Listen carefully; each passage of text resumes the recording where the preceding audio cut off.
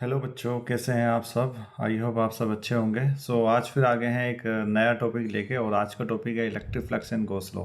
और आप जैसे कि जानते हैं, ये बोर्ड पर्पज़ के रिगार्डिंग, नीट आईआईटी हर एक पर्पज़ के रिगार्डिंग बहुत ही इंपॉर्टेंट टॉपिक है। तो प्लीज़ आप सभी से रिक्वेस्ट है, आप अपनी नोटबुक बुक लेके बैठ जाइए। और इस पूरे लेक्चर, बहुत ही अच्छा लेक्चर होने वाला, यकीन करना। आप इस लेक्चर को देखने के बाद चाहे आईआईटी, नीट या बोर्ड के पीवाईक्यू हो, कोई क्वेश्चन नहीं छोड़ सकते, चाहे वो इलेक्ट्रिक फ्लक्स से रिलेटेड हो या गॉस लॉ के रिलेटेड हो। समझ आ रही बात? तो आप सभी पूरी वीडियो को देखिएगा, ठीक है। ओके, फिर स्टार्ट करते हैं। तो समझते हैं कि क्या होता है इलेक्ट्रिक फ्लक्स, क्या कंसेप्ट है टोटल। तो देखते हैं इलेक्ट्रिक फ्लक्स का केस। तो जैसे कि आपने बुकों में या फिर टीचर्स के थ्रू सुना होगा कि इलेक्ट्रिक फ्लक्स का, देखो टीचर्स बता तो देते हैं कि इलेक्ट्रिक फ्लक्स ही होता है, पर यहाँ पर हम कंसेप्ट का एक्चुअली फील लेने जाने वाले हैं कि एक्चुअली कंसेप्ट है क्या इलेक्ट्रिक फ्लक्स, ठीक है। ये सारी बातें हम करने वाले हैं। तो अगर मैं आपसे कहूँ कि इलेक्ट्रिक फ्लक्स है क्या, तो मैं आपको बताने वाला हूँ इलेक्ट्रिक फ्लक्स का एक एक कंसेप्ट। याद रखिएगा क्या होता है इलेक्ट्रिक फ्लक्स। सबसे पहली बात यह है कि मैंने, अगर मान लो कहीं पे आप हैं जहाँ पे इलेक्ट्रिक फील्ड्स है, और जहाँ पे इलेक्ट्रिक फील्ड होता है वहाँ पे इलेक्ट्रिक फील्ड लाइंस भी होती है। मान लो these are the electric field lines over here. यहाँ पे हमारी इलेक्ट्रिक फील्ड लाइंस ये मैंने आपको शो कर दी है। अब बात, अगर मैं आपसे पूछूं कि इलेक्ट्रिक फ्लक्स मेरे को यहाँ पे बताना है तो क्या होता है, तो जैसे आप जानते हैं कि इलेक्ट्रिक फ्लक्स अगर हम बताएं तो इलेक्ट्रिक फ्लक्स को हम कुछ ऐसे बताते हैं कि electric flux are the number of field lines which are passing through the perpendicular surface और अलोंग विद द एरिया। मतलब एरिया के इलेक्ट्रिक फील्ड फ्लक्स कुछ नहीं है, मतलब वो field line, number of field line से वो फील्ड लाइंस जो किसी पर्टिकुलर सरफेस के एरिया से या फिर उसके सरफेस से पास हो। मतलब हमें वही फील्ड लाइंस लेनी है जो सरफेस के परपेंडिकुलर पास हो रही हो या फिर एरिया के अलोंग पास हो रही हो। बट हमें कैसे पता लगेगा, बट हमें समझ नहीं आता कि होगा क्या। जस्ट लाइक मैंने आपको जैसे सामने आपके ड्रॉ कर रखी हैं ये फील्ड लाइंस।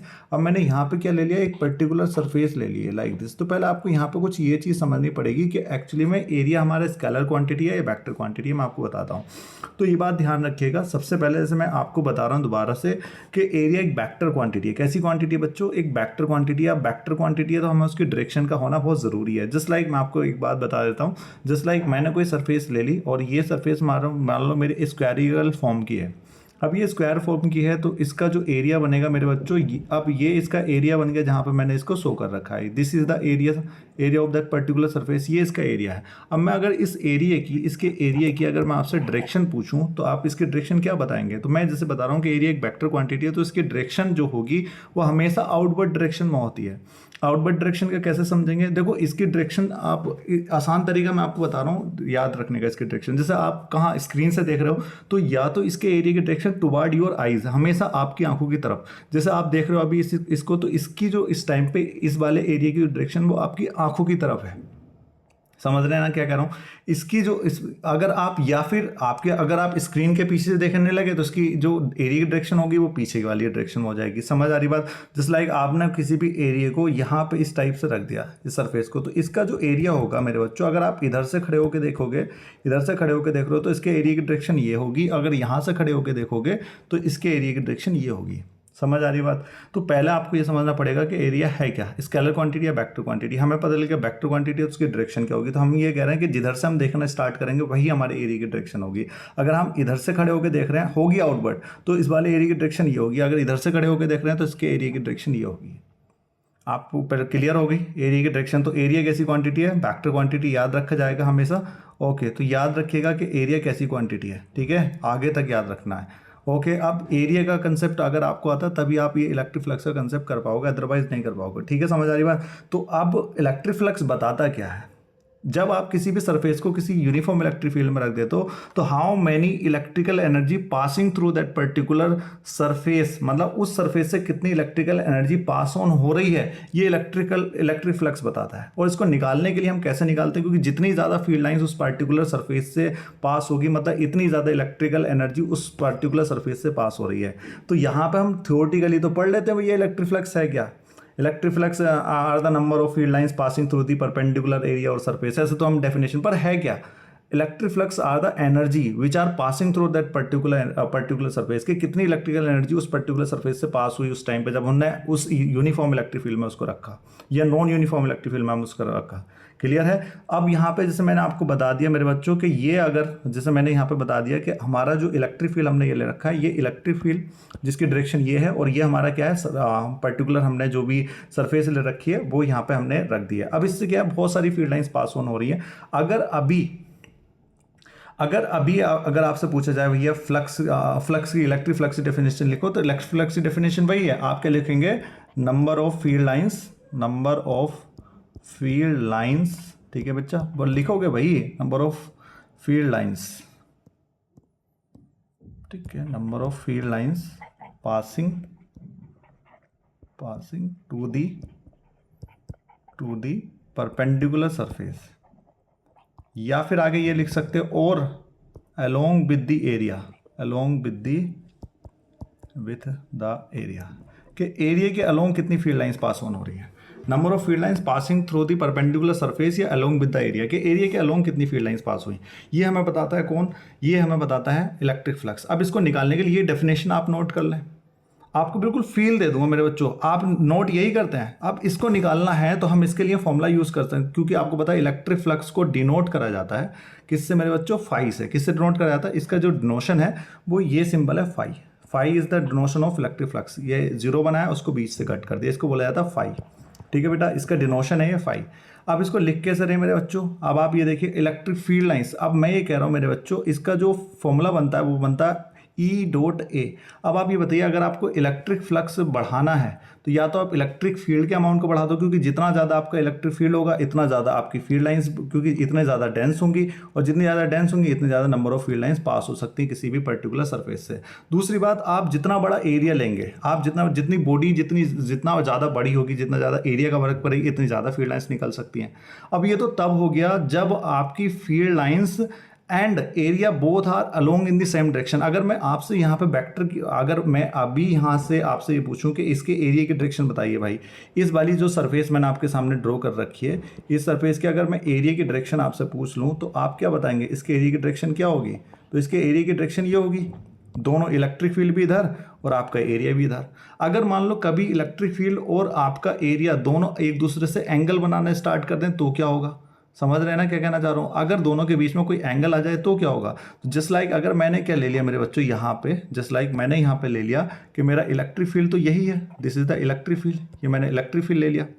अब मैंने जो इस बार सरफेस ली वो थोड़ी बेंड कर दी, लाइक दिस, ये मैंने इस बार बेंड कर दी। अगर मैं इसका एरिया पूछूं तो इस बार इसके एरिया की डायरेक्शन क्या होगी जी? या तो आपका नीचे की डायरेक्शन में होगी, ऐसे ये इसका एरिया हो गया। इस बार एरिया जो है आपका, इस बार एरिया जो है वो क्या बना रहा है, इलेक्ट्रिक फील्ड, ये एरिया डाउनवर्ड। समझ आ रही बात? इलेक्ट्रिक फील्ड की डायरेक्शन ये बन रही है, एरिया की डायरेक्शन डाउनवर्ड बन रही है। तो इन दोनों के बीच में कहीं ना कहीं एक हमारा क्या बन रहा है, एंगल नजर आ रहा है। अब हमने क्या लिखा है यहाँ पे, लिखा है number of field lines passing to this perpendicular surface. Surface के तो परपेंडिकुलर हो, ये है आपकी सरफेस, ये सरफेस है भाई, ये सरफेस है, सरफेस ये है जिसको मैं ब्लैक कर रहा हूँ। पर एरिया क्या है, एरिया वेक्टर क्वांटिटी है, तो एरिया को हम किधर से देखेंगे, या तो इस साइड से खड़े होके या इस साइड से।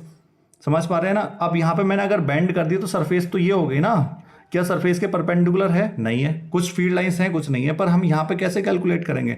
जैसे मैंने यह बता दिया, नीचे क्या लिखा हुआ है कि या तो वो वाली फील्ड लाइंस लेनी है जो सरफेस के परपेंडिकुलर हो, या वो जो एरिया के अलोंग हो। समझ आ रही बात? अलोंग विद द एरिया, इसका मतलब क्या है, एरिया की डायरेक्शन में, जिस डायरेक्शन में एरिया हो उसी डायरेक्शन वाली इलेक्ट्रिक फील्ड लाइंस लो, जिस डायरेक्शन में एरिया है उसी डायरेक्शन की। अब अगर आप यहाँ पे देखें तो यहाँ पे एरिया के दो कंपोनेंट बन सकते हैं, जैसे आपने सभी ने पढ़ रखा होगा। यहाँ पे अगर मेरा एरिया, जैसे मैंने आपको बताया कि अगर मैंने ये सरफेस ले रखी है और इसका एरिया नीचे की तरफ को, और यहाँ से कितना थीटा एंगल बना रहा है, तो इसके दो कंपोनेंट होंगे मेरे बच्चों। एक तो ये वाला इधर की तरफ कितना हो गया, ए कोस थीटा, हाँ या ना, ए कोस थीटा इधर, और इधर कितना हो गया, ए साइन थीटा। ठीक है, समझ आ रही बात? ये दो कंपोनेंट बन गए, ए कोस थीटा इधर, ए साइन थीटा नीचे। अब आप ये बताइए, खुद सोचिए, अब आप खुद सोचिए, क्या हम यहाँ पे दो कंपोनेंट बना सकते हैं? ऑफकोर्स बना सकते हैं भाई, हम दो कंपोनेंट बना दिया हमने। कैसे बनाएंगे दो कंपोनेंट? देखें, एक इस साइड में कितना हो जाएगा एरिया का कंपोनेंट, ए कोस थीटा, और नीचे वाली साइड में कितना हो जाएगा, ए साइन थीटा। अब आप ये बताइए कि फील्ड का कौन सा वाला एरिया का कंपोनेंट इलेक्ट्रिक फील्ड के अलोंग है?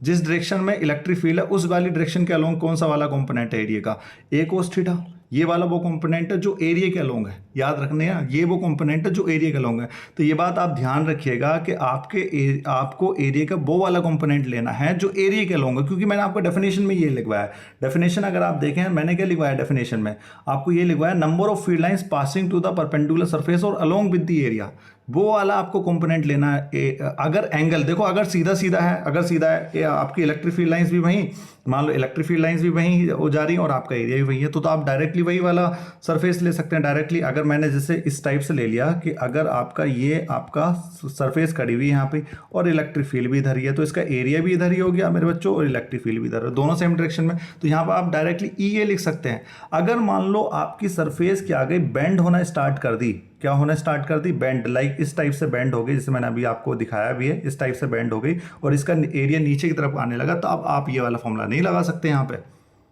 समझ आ रही बात? तो आपको एरिया के साथ लेना पड़ेगा। कैसे होगा मैं आपको बता रहा हूँ, यहीं पे आपको वो देखना है।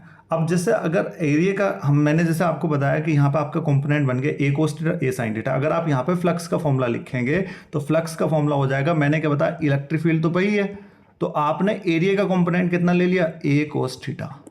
समझ आ रही बात? तो या तो आप देखो आपके पास दो चॉइस है, या तो आप इलेक्ट्रिक फील्ड का वो कंपोनेंट ले लो जो एरिया के अलोंग हो, या एरिया का वो कंपोनेंट ले लो जो इलेक्ट्रिक फील्ड के अलोंग हो। समझ आ रही बात? मतलब दोनों का वो कंपोनेंट लेना है जो एक दूसरे के सेम डायरेक्शन पे हो। समझ आ रही बात? दोनों का सेम डायरेक्शन पे आपको लेना है, ये आपको डिसाइड करना है। क्लियर है? ठीक है, समझ आ गई बात यहाँ तक। अब आपका फॉर्मूला जो मेन फॉर्मूला बना वो मिला phi equal to E A cos theta. यही आपका वो फॉर्मूला है जो आपको हमेशा याद रखना है, ई ए कोस थीटा। समझ आ रही बात? आप इसको एक और फॉर्म में याद रख सकते हैं। इसको एक और फॉर्म कैसे लिख सकते हैं, आपको पता है इलेक्ट्रिक फील्ड भी एक वेक्टर क्वांटिटी है, तो आप इसको ऐसे भी लिख सकते हैं, E vector dot A vector, क्योंकि आपको पता है जब डॉट प्रोडक्ट हटाते हो आप तो क्या आ जाता है, कोस थीटा आ जाता है मेरे बच्चे। जैसे डॉट प्रोडक्ट हटाओगे कोस थीटा आ जाएगा। और आपको पता है डॉट प्रोडक्ट से अगर मिलके बन रहा तो ये कैसी क्वांटिटी होगी, ये होगी एक scalar quantity. This is the scalar quantity, scalar quantity. तो आप ये लिख सकते हैं स्केलर क्वांटिटी के बारे में, this is the scalar quantity. I hope आपको याद रखेगा।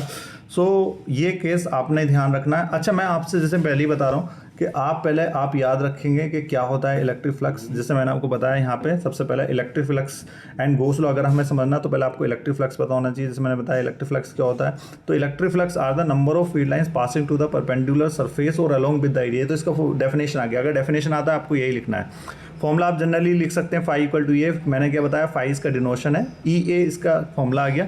अब ये फॉर्मूला तभी एप्लीकेबल है जब इलेक्ट्रिक फील्ड और एरिया के बीच में कोई एंगल ना हो। समझ आ रही बात? अगर एंगल आ गया तो आपको यही फॉर्मूला, क्योंकि ये जो फॉर्मूला आपके सामने है ये एंगल वाला, ये जो एंगल वाला फॉर्मूला है ये मेरे बच्चे हमेशा ऑलवेज एप्लीकेबल होगा, ऑलवेज एप्लीकेबल है। समझ आ रही बात? इलेक्ट्रिक फील्ड ऑलवेज एप्लीकेबल है। ठीक है, तो आपके ध्यान में ये बात ध्यान में रखनी चाहिए आपके कि कौन सा फॉर्मूला कहाँ लगाना है। अब जैसे मैंने आपको इतनी बात आपको पता लग गई, आगे आपको क्या पता करना है। जैसे लाइक आपको पास फॉर्मूला आ गया, आपके पास ये वाला फॉर्मूला आ गया, मैंने कहा ये वाला फॉर्मूला हमेशा एप्लीकेबल है। आगे क्या है, कैसी क्वांटिटी है, स्केलर क्वांटिटी। कैसी क्वांटिटी है, स्केलर क्वांटिटी। स्केलर क्वांटिटी है मेरे बच्चों, आपको आगे याद रखना है स्केलर क्वांटिटी है। और क्या पता होना चाहिए, इसकी यूनिट पता होना चाहिए। क्या है यूनिट जो होती है मेरे बच्चों इसकी, वो होती है क्या, जैसे आपको पता है ये इलेक्ट्रिक फील्ड और एरिया से मिलकर बन रहा है, तो इलेक्ट्रिक फील्ड की यूनिट क्या होती है बताइए। इलेक्ट्रिक फील्ड की यूनिट होती है न्यूटन पर कुलाम, और एरिया की क्या हो गई, मीटर का स्क्वायर। तो आप लिख सकते हैं न्यूटन मीटर स्क्वायर पर कुलाम। तो this is the unit of electric flux, newton metre square पर कुलाम। समझ आ गई बात यहाँ तक? अब आपको यहाँ से, अब ये फॉर्मूला तो आपको पता लग गया, बट आप ये ध्यान रखिएगा कि सबसे ज़्यादा मैक्सिमम कब होगा, मिनिमम कब होगा, ये चीज़ आपको ध्यान रखनी है। जिससे कि क्या, मैं आपको बता रहा हूँ। जैसे मान लो सबसे पहले आपके पास में मैंने एक इलेक्ट्रिक फील्ड दे दिया, like this is the electric field. ये मैंने आपको इलेक्ट्रिक फील्ड दे दिया जो पॉजिटिव एक्स डायरेक्शन में जा रहा है। अब मैंने क्या लिया, एक सरफेस ली, like this is the surface जो इस टाइप से रखी हुई है, दिस इज द सरफेस। अब आप ये बताइए इसका एरिया किस डायरेक्शन में होगा। एरिया भाई अगर हम देखेंगे मेरे बच्चों, खुद देखो, अगर इस बॉडी को देखोगे, खुद देखो इस बॉडी को, तो इसका एरिया किस डायरेक्शन में होगा। मान लो ये रेक्टेंगल या स्क्वायर है जो यहाँ पर रखा हुआ इस फ्रेम में, तो इसका जो एरिया होगा मेरे बच्चों को किस डायरेक्शन में होगा, डिसाइड करिए। क्या होगा, नीचे की डायरेक्शन में होगा इसका एरिया। अब इलेक्ट्रिक फील्ड ऐसे जा रहा है, इसका एरिया नीचे, दोनों के बीच में एंगल कितना बन रहा है, थीटा की वैल्यू कितनी बन रही है, 90 डिग्री। अगर मैं आपसे फ्लक्स पूछूं तो फ्लक्स कितना हो जाएगा, phi equal to E A cos theta आपने लगाया। थीटा की वैल्यू जैसे आप 90 रखेंगे, फ्लक्स कितना आ जाएगा, 0, क्योंकि कोस 90 की वैल्यू कितनी होती है, 0 होती है। ये बात आप डिसाइड कर सकते हैं, हाँ या ना। ऑब्वियसली यहाँ तक तो आपको क्लियर हो गई होगी ये बात कि कैसे कब क्या करना है, क्लियर है। अब इससे बहुत सारे क्वेश्चन बन जाते हैं। अब कुछ क्वेश्चन मैं आपको बता रहा हूँ किस टाइप से क्वेश्चन बनेंगे, क्लियर है, किस टाइप से क्वेश्चन बनेंगे। ओके, याद रखिएगा कंसेप्ट, मैं आपको क्वेश्चन बता रहा हूँ किस टाइप से क्वेश्चन बनते हैं। ओके, क्लियर है यहाँ तक, चलिए बहुत बढ़िया। तो क्वेश्चन का केस देख लेते हैं कैसे क्वेश्चन, ये हो गया इलेक्ट्रिक फ्लक्स का कंसेप्ट, कुछ नहीं है, कोई ज़्यादा बड़ी बात नहीं है, याद रख सकते हैं आप आराम से। तो क्वेश्चन देख लेते हैं, क्वेश्चन नंबर 1। अगर मैं क्वेश्चन 1 की स्टार्ट करूं, क्वेश्चन नंबर 1, तो मैंने आपको इलेक्ट्रिक फील्ड दे दिया, ये मेरे बच्चों, ये मेरा आपके लिए इलेक्ट्रिक फील्ड है, और इसकी वैल्यू मैंने दे दी, इलेक्ट्रिक फील्ड की वैल्यू है 2 × 10⁻⁻⁴ न्यूटन पर कूलम। ये इलेक्ट्रिक फील्ड आपके लिए आ गया। अब मैंने क्या करा, यहाँ पे एक सरफेस यहाँ पे रख दी, लाइक मैंने एक स्क्वायर रख दिया, और ये स्क्वायर जो है मेरे बच्चों, ये आपका जो इलेक्ट्रिक फील्ड जा रहा है ये आई कैप में जा रहा है, किस में जा रहा है, आई कैप में। और मैंने यहाँ पे एक स्क्वायर रख दिया जो है परपेंडिकुलर है इसकी सरफेस, किसके, इलेक्ट्रिक फील्ड के परपेंडिकुलर। मैंने यहाँ पे एक स्क्वायर रख दिया जो परपेंडिकुलर है किसके, इलेक्ट्रिक फील्ड के, ये पर स्क्वायर है। और इसकी जो साइड दे दी मैंने, वो इसकी दे दी 10 सेंटीमीटर। मैंने आपसे पूछा बताइए इसका फ्लक्स कितना होगा। अगर ये इसकी सरफेस के परपेंडिकुलर है इसका इलेक्ट्रिक फील्ड, तो एरिया के तो अलॉन्ग होगा। अरे सरफेस के परपेंडिकुलर है तो एरिया तो इधर ही होगा ना, तो एंगल कितना बनेगा बताइए, एंगल बनेगा आपका 0। जब एंगल 0 बना और आपको क्या निकालना है, इसका फ्लक्स निकालना है, तो आप फॉर्मूला क्या लगा सकते हो, फाई = EA cos थीटा। आपने जनरल फॉर्मूला लगा दिया, मान लो थीटा की वैल्यू कितनी दे रखी है, 90 डिग्री, तो आपका वैल्यू कितना हो जाएगा, फ्लक्स अगर आप निकालोगे तो इलेक्ट्रिक फील्ड आपको ऑलरेडी दे रखा है कितना, 2 × 10⁻⁻⁴। अब आपका अगर आपको एरिया निकालना है, क्योंकि एरिया की वैल्यू रखनी है, एरिया क्या होता है, साइड इंटू साइड, हाँ या ना। पर अगर आप एरिया निकालेंगे साइड इंटू साइड रखेंगे तो क्या होगा मेरे बच्चों, 10 100, साइड इंटू साइड मतलब 10 का स्क्वायर 100 हो गया। पर ये है क्या में, सेंटीमीटर में, सेंटीमीटर को मीटर में कन्वर्ट करेंगे तो कितना, 10⁻⁻⁴। सोच रहे होंगे सर 10⁻⁻2 आना चाहिए, 4 किस आ गया। तो जब आप एरिया निकालते हो मेरे बच्चों, तो आप खुद सोचो, ये भी सेंटीमीटर में आया, 10 सेंटीमीटर इंटू 10 सेंटीमीटर कितना हो गया मेरे बच्चों, 100 सेंटीमीटर का स्क्वायर। अगर आप सेंटीमीटर स्क्वायर को मीटर स्क्वायर में कन्वर्ट करो, 10⁻⁻4 लगाना पड़ेगा ना तब तो आप यहाँ से जब आप फ्लक्स की वैल्यू निकालोगे तो इसकी मल्टीप्लाई देखो, यहाँ पे कितना, 10⁻⁻4 10⁻⁻4, इससे 2 वैल्यू खत्म कर दोगे, -2 बच गया, -4 ये -2 ये, तो कितना हो गया, 2 × 10⁻⁻6 क्या हो गया, न्यूटन मीटर स्क्वायर पर कूलम। ये इसका फ्लक्स निकल के आ गया। क्लियर है, समझ आ गई बात यहाँ तक। तो इस टाइप के क्वेश्चन आएंगे तो आप कर देंगे इजीली, बट आपको ध्यान क्या रखना है मेरे बच्चों, क्या ध्यान रखना है यहाँ पे, इंपॉर्टेंट चीज़ क्या है, इंपॉर्टेंट चीज़ ये है मेरे बच्चे कि कभी भी अगर यूनिफॉर्म इलेक्ट्रिक फील्ड में, याद रखना, अगर यूनिफॉर्म इलेक्ट्रिक फील्ड रखना है, ये क्योंकि कांस्टेंट इलेक्ट्रिक फील्ड दे रखा है, क्योंकि यहाँ पे ऐसा नहीं है कि इलेक्ट्रिक फील्ड की वैल्यू चेंज हो रही हो, ऐसा तो कुछ है नहीं, इलेक्ट्रिक फील्ड की वैल्यू कांस्टेंट रह रही है। अगर आपका कांस्टेंट इलेक्ट्रिक फील्ड दे रखा है, कहीं पर भी कांस्टेंट इलेक्ट्रिक फील्ड दे दी आपको, और कांस्टेंट इलेक्ट्रिक फील्ड में मान लो ये क्वेश्चन नंबर 2 मैं आपको दे रहा हूँ, तो कहीं पे भी अगर आपके पास में कांस्टेंट इलेक्ट्रिक फील्ड है, like this is the constant electric field, मैंने आपको यहाँ पे प्रोवाइड करा दिया, और इसकी वैल्यू भी मतलब हमने सेम ले ली, 2 × 10⁻⁻⁴ न्यूटन पर कूलम। और इसके अंदर मैंने कोई 3D बॉडी रख दी। 3D का मतलब है जस्ट लाइक अगर मैंने कोई क्यूब रख दिया, यहाँ पे क्या रख दिया मेरे बच्चों, कोई भी क्यूब रख दिया।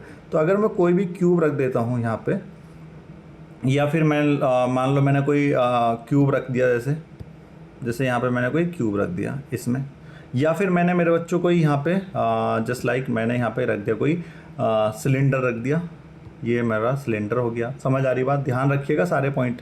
और जैसे या फिर मैंने एक और कोई 3D ऑब्जेक्ट, लाइक मैंने यहाँ पे रख दिया आपका ये कौन रख दिया, स्फीयर रख दिया, मान लो ये रख दिया स्फीयर।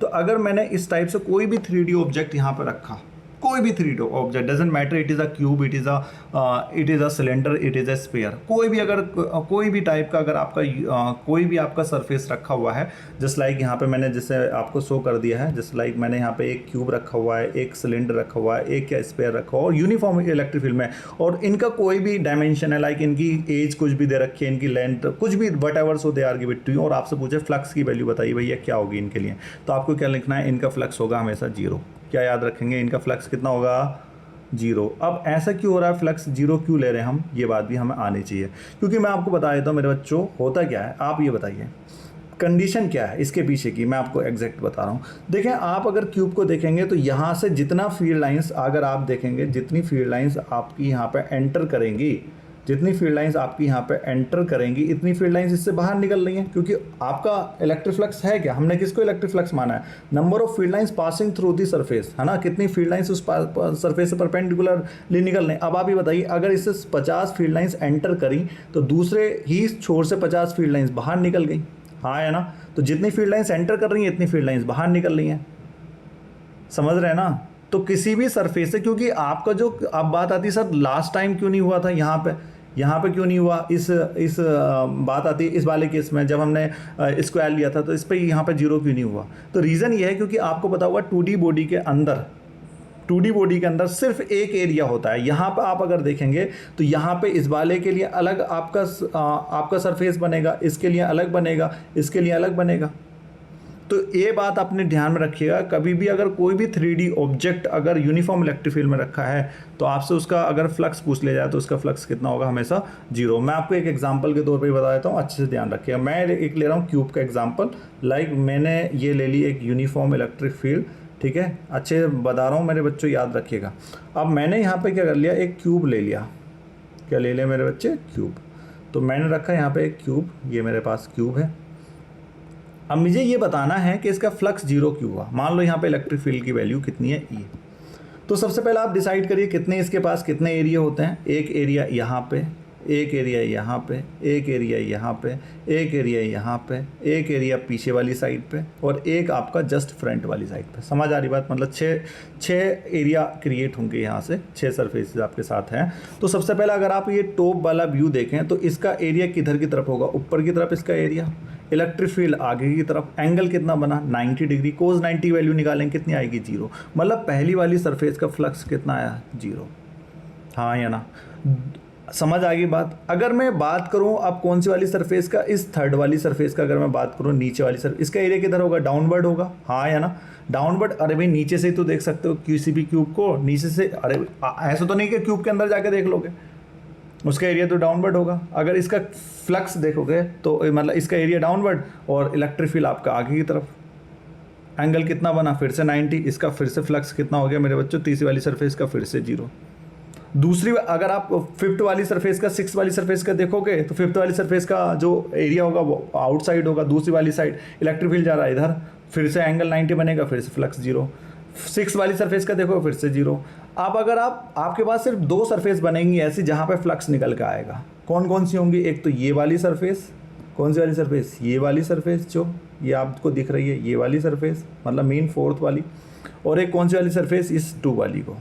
अगर आप जैसे आप फोर्थ वाली का निकालने लगे, फोर्थ वाली का फ्लक्स निकालने लगे, तो मान लो इसका अगर एरिया आपने कितना ले लिया मेरे बच्चे, ए ले लिया, और इलेक्ट्रिक फील्ड जा रहा इस साइड में, और इसका एरिया किधर होगा, इस साइड में। एंगल कितना बनेगा दोनों के बीच में, 180 डिग्री। आपने लगाया ई ए कोस 180, कोस 180 जब आप लगाएंगे, कोस 180 वैल्यू कितनी होती है, -1, तो Q4 की वैल्यू कितनी आ जाएगी, माइनस के ई ए।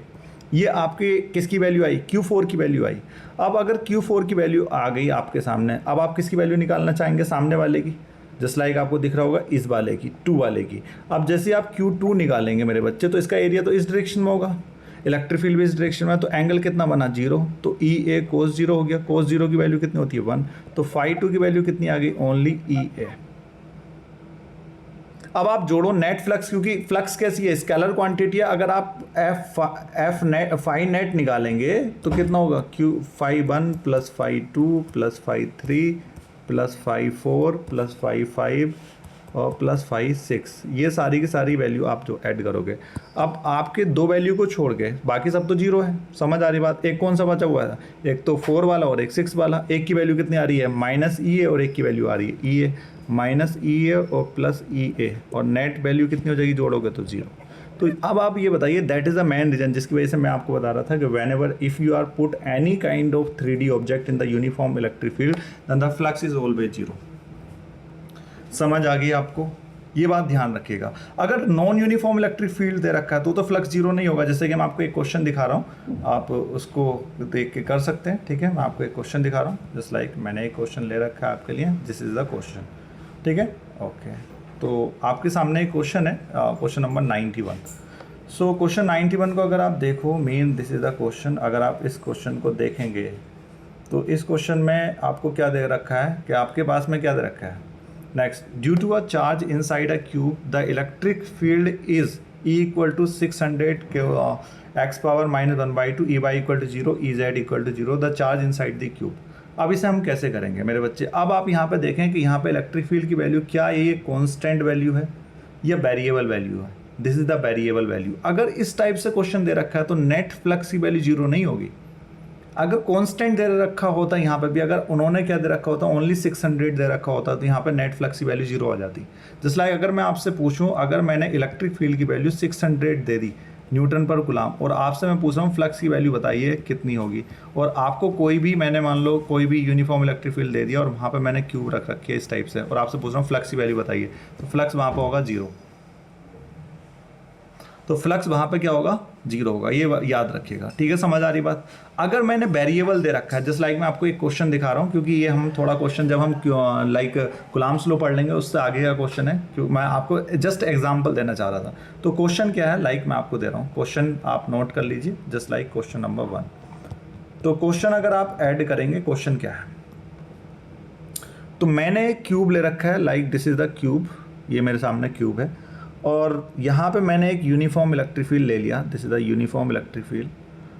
यूनिफॉर्म नहीं है, नॉन यूनिफॉर्म इलेक्ट्रिक फील्ड ले रहा हूँ, क्योंकि नहीं तो फ्लक्स की वैल्यू फिर से 0 आ जाएगी। इसकी जो साइड है, इसकी जो साइड है मेरे बच्चे, लाइक जो क्यूब मैंने ले रखा है, इसकी जो हर एक एज है वो मैंने ले रखी है 2 मीटर की। कितने की मीटर की मेरे बच्चों? 2 मीटर की। और जो मैंने इलेक्ट्रिक फील्ड दे रखा है, वेरिएबल इलेक्ट्रिक फील्ड, चलो मैं इसी की फॉर्म में ले लेता हूँ, कोई परेशानी नहीं है। Just like this is the, मैंने जो इलेक्ट्रिक फील्ड ले रखा है, इलेक्ट्रिक फील्ड की वैल्यू आ गई मेरी, मान लो 10 x न्यूटन पर कुलाम, ठीक है बच्चा?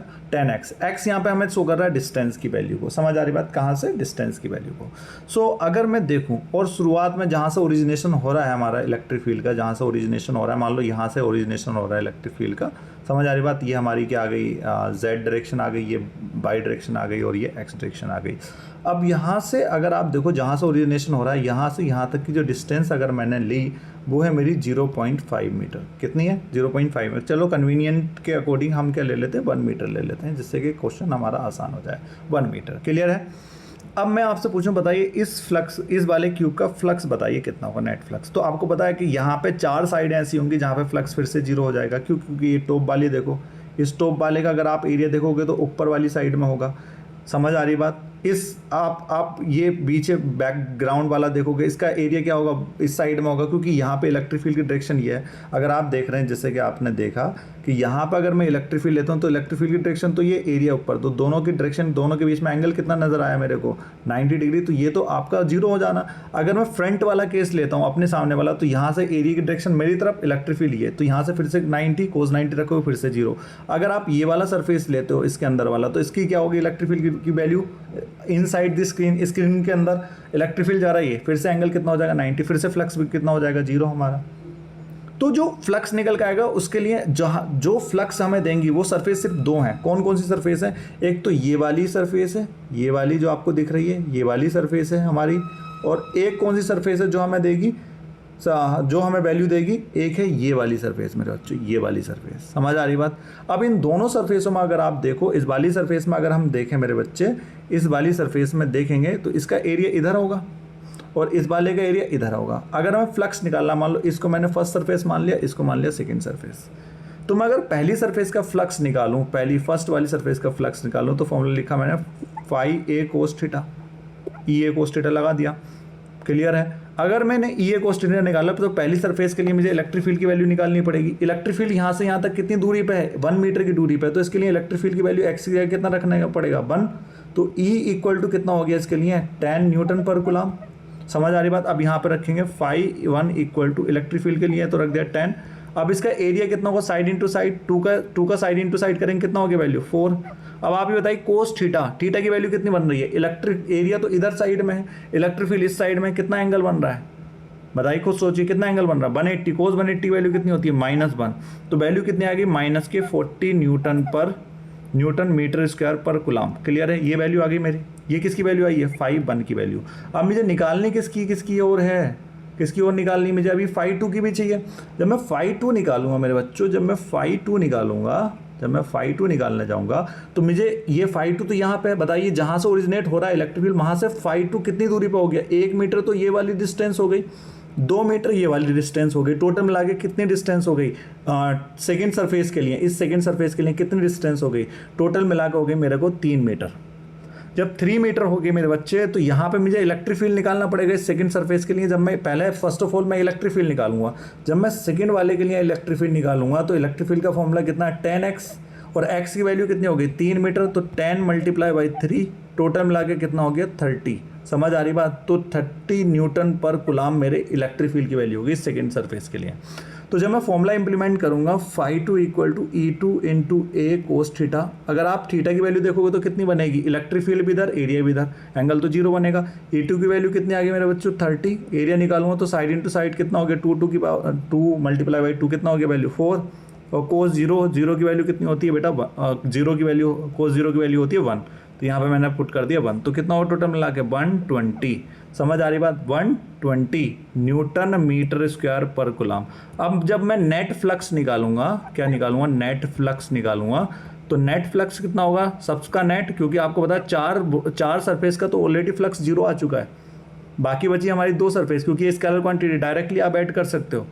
तो कितना हो जाएगा, एक है हमारा कितना -40 और दूसरा कितना आया है 120, तो टोटल मिला के कितना हो जाएगा बताइए, टोटल मिला के हो जाएगा हमारा 80। समझ आ रही बात, तो this is the net flux but we are get over here. समझ आ रही है बात, क्लियर है। अब इसी में यहाँ पे जैसे मैंने आपको बताया, इसको नोट कर लो, क्योंकि आप अगर ये वाला क्वेश्चन देखेंगे सेम टू सेम क्वेश्चन इसी टाइप से वैल्यू चेंज करके आपके एनसीईआरटी में दे रखा है, एक्सरसाइज में, और बीच में भी दे रखा है एग्जाम्पलर क्वेश्चन में। समझ आ रही बात, क्लियर है यहाँ तक, ओके। अब बात ये है मेरे बच्चों, यहाँ पे भी सेम टू सेम, जैसे मैंने जो क्वेश्चन आपको दिखाया था 91, अगर आप इस क्वेश्चन को देखेंगे तो इसमें भी कुछ है, जहाँ से ओरिजिनेट हो रहा है इलेक्ट्रिक फील्ड वहाँ से, और जो फर्स्ट फेज पड़ता है हमारा क्यूब का, वहाँ तक की डिस्टेंस 0.1 मीटर दे रखी है। और आप ये बताइए क्या इलेक्ट्रिक फील्ड यहाँ पे डिपेंड नहीं कर रहा है एक्स पे, ऑब्वियसली कर रहा है। अगर आप पहले फेज के लिए निकालोगे तो एक्स के प्लेस पे आपको कितना रखना पड़ेगा 0.1 मीटर, अगर आप दूसरे फेज के लिए इलेक्ट्रिक फील्ड निकालोगे तो आपको क्या रखना पड़ेगा 0.1 मीटर प्लस 0.1 मीटर मतलब 0.2 मीटर रखना पड़ेगा। समझ में आ गई यहाँ तक बात, क्लियर है, ओके। सो आई होप यहाँ तक आपको क्लियर आई होगी बात, समझ में क्लियर है। सो पहले ये बात ध्यान रखिएगा आज, अब यहाँ तक इतना कंसेप्ट होने के बाद में हम इससे आगे का इलेक्ट्रिक फ्लक्स यहाँ तक क्लियर हो गया आपको। इलेक्ट्रिक फ्लक्स अगर आपको यहाँ तक का केस अगर आपको क्लियर है तब हम आगे बढ़ेंगे। अब कुछ क्वेश्चन आप अभी भी नहीं कर सकते, क्यों, क्योंकि कुछ क्वेश्चन अगर नॉर्मली इलेक्ट्रिक फील्ड देखो, क्योंकि आपको बताया कि फ्लक्स के 2 फॉर्मूले आते हैं, कौन कौन से कितने फॉर्मूले आते हैं मेरे बच्चों याद रखिएगा, हमने जितने केस पढ़े वो ये है हमारे पास। अब मैंने यहाँ पे आपको जितने भी मैं क्वेश्चन कराने वाला हूँ इसके बेसिस पे सारे क्वेश्चन मैंने आपको यहाँ पे दे रखे हैं। अब हम करने वाले हैं क्वेश्चन, बट उससे पहले क्या करने वाले हैं मैं आपको बता रहा हूँ। जैसे आपने देखा होगा कुछ क्वेश्चन गोस लॉ के बेसिस पे होते हैं, जैसे कि अगर मैं अभी भी आपको क्वेश्चन दूँ, जस्ट लाइक कैसे क्वेश्चन दे दिया मैंने कि ये मान लो मेरे पास क्यूब है और इस क्यूब के इन साइड में यहाँ पे कोई चार्ज रखा है भाई, यहाँ पे चार्ज रख दिया मैंने 2 कूलम का या 2 क्यू का चार्ज रखा है, चलो मैंने 2 कूलम का चार्ज रख दिया यहाँ पे। अब मैंने 2 कूलम का अगर चार्ज रखा है और मैंने पूछा बताइए इसका फ्लक्स बताइए कितना होगा, तो आप ये फॉर्मूला यूज़ करके नहीं कर सकते भाई, phi equal to E A cos theta अगर आप यूज़ करने लगे तो यहाँ पे आप एप्लीकेबल नहीं होगा ये फॉर्मूला। समझ आ रही बात क्या कह रहा हूँ, अगर आप यहाँ पे phi equal to E A cos theta use करने लगे, phi equal to E A cos theta use करने लगे तो क्या ये एप्लीकेबल होगा यहाँ पे, अगर आप फाई की वैल्यू निकालने लगे नहीं होगा, क्योंकि यहाँ पे आपके पास इलेक्ट्रिक फील्ड की वैल्यू नहीं है।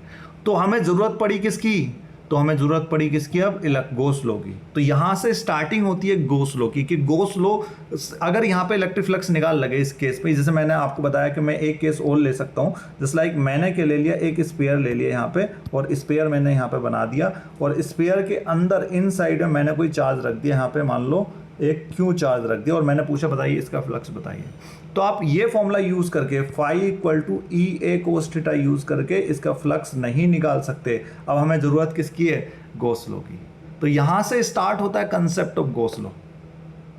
समझ आ रही बात? तो पहले आप प्यारे बच्चों सभी से रिक्वेस्ट है, पहले आप इस वीडियो को अच्छे से देखिए, समझिए मेरा क्या कहना है। और मैं आपको जो जितना ये क्वेश्चन कराया मैंने आपको जैसे बताया कि आप अगर देखेंगे एनसीईआरटी में आपको एक क्वेश्चन दे रखा है, एग्जाम्पल क्वेश्चन दे रखा है, और ये जो मैंने आपको क्वेश्चन कराया एक बार इसकी प्रैक्टिस कर लीजिए। और मैं आपको एक घर से क्वेश्चन दे रहा हूँ, आप उसका प्रैक्टिस कर लीजिएगा।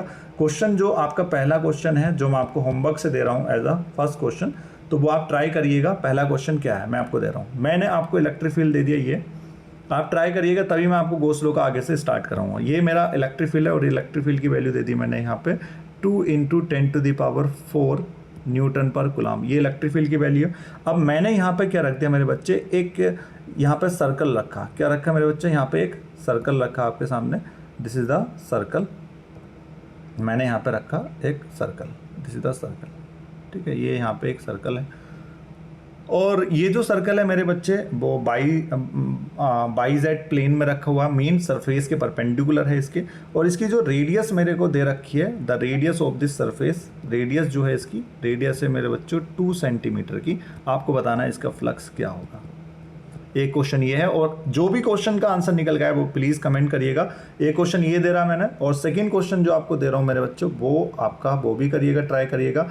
ये मेरे पास में, ये मैंने एक्स डायरेक्शन ले ली, ये वाई डायरेक्शन, और ये मेरी हो गई जेड डायरेक्शन। समझ आ रही बात? यहाँ तक क्लियर है सभी को? और मैंने यहाँ पे एक पुट कर लिया, क्या, फिर से एक क्यूब, सेम टू सेम वही उस टाइप के क्वेश्चन है, और मैंने एक ये क्यूब पुट कर लिया जो ऐसे रखा हुआ है इस XYZ प्लेन में। अब यहाँ पे क्या है मेरे बच्चों, मैंने एक इलेक्ट्रिक फील्ड यहाँ पे आपको शो कर दिया, यहाँ पे एक इलेक्ट्रिक फील्ड है, ये this is the direction of electric field, और इसकी जो वैल्यू है इलेक्ट्रिक फील्ड की वो है 2 × 10⁴ ले लिया x²। समझ आ रही बात? 2 × 10⁻⁴ x²। क्लियर है बच्चा? इसकी जो साइड ले ली, इसकी जो साइड है मेरे बच्चों वो 2 मीटर ही ले ली, और यहाँ से ओरिजिनेशन से जो इसकी डिस्टेंस है दैट इज़ 1 मीटर। कितनी है बच्चा?